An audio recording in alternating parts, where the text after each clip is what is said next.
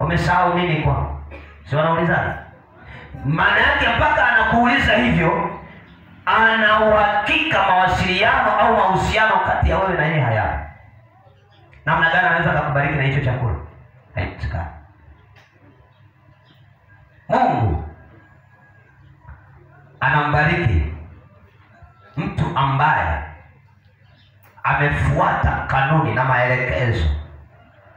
Si vile ambavyo watumishi wanaendaga wanakwambia nikupake mafuta ubarikiwe. Hapana. Samahani katika hilo. Amen.